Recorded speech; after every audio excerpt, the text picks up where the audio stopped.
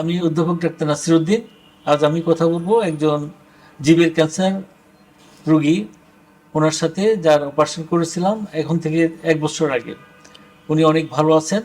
উনি ঠিকমতো ঠিক সময় রেডিওথেরাপি, কেমোথেরাপি নিয়েছেন। উনি রেগুলার ফলো আপে আসেন। অনেকদিন পর আসায় আমি আজকে ওনার সাথে আপনাদের একটু কথা বলাই দিচ্ছি। আপনি কেমন আছেন? আপনার নাম কি বলেন? আমার নাম আব্দুল কি সমস্যা নিয়ে এসেছিলেন প্রথমে আমার কাছে?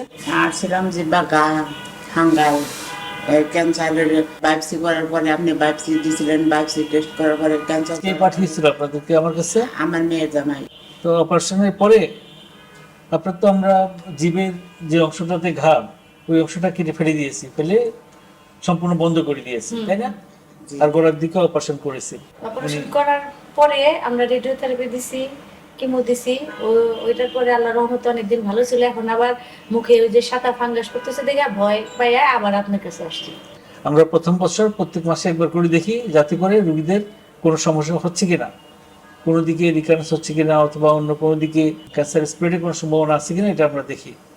অনেক সময় ক্লিনিক্যালি দেখে থাকি, অনেক সময় যদি সন্দেহ হয় এমআরআই অথবা সিটি স্ক্যান করে আমরা বের করে নিই, অথবা যদি দরকার হয় কোনো বায়োপসি, আবার বায়োপসি করে থাকি। কিন্তু উনি সব দিক থেকে ভালো আছে। আমি আজকে যতটুকু দেখলাম কোনো রিকারেন্সের আবার ক্যান্সার হওয়ার কোনো সম্ভাবনা নেই। ক্যান্সার রোগীদের এই সমস্যাটা হয়, যারা রেডিওথেরাপি, কেমোথেরাপি নিয়ে থাকে, তাদের মুখের যে লালা, ওই লালাটা ধীরে ধীরে কমে যায়।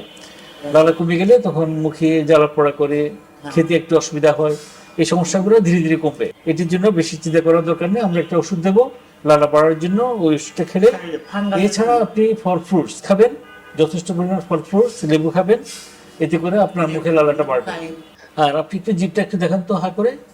আপনার জিভের ডান পাশে ক্যান্সার ছিল, জিভটা বের করে উপরে তোলেন, হা করে উপরে তোলেন, জিভটা বের করেন, ডান দিকে আনেন জিভটা, বাম দিকে নেন।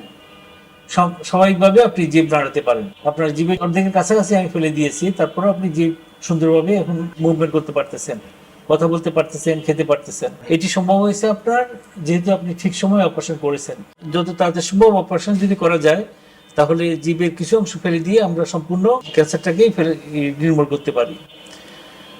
এরপরে যদি রেডিওথেরাপি, কেমোথেরাপি নেওয়া হয়, তাহলে আর পুনরায় ক্যান্সার হওয়ার সম্ভাবনা থাকে না। জীবের যদি কোনো ঘা কেউ দেখে থাকেন, অবশ্যই যত তাড়াতাড়ি সম্ভব ওরাল ক্যান্সার বিশেষজ্ঞের কাছে যাবেন।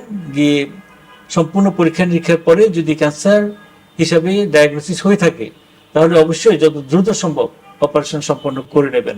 এবং আমাদের যত জীবের ক্যান্সার রোগী আছে যারা ঠিক সময় অপারেশন করেছে, তাদের সার্ভাইভাল রেট অনেক বেশি।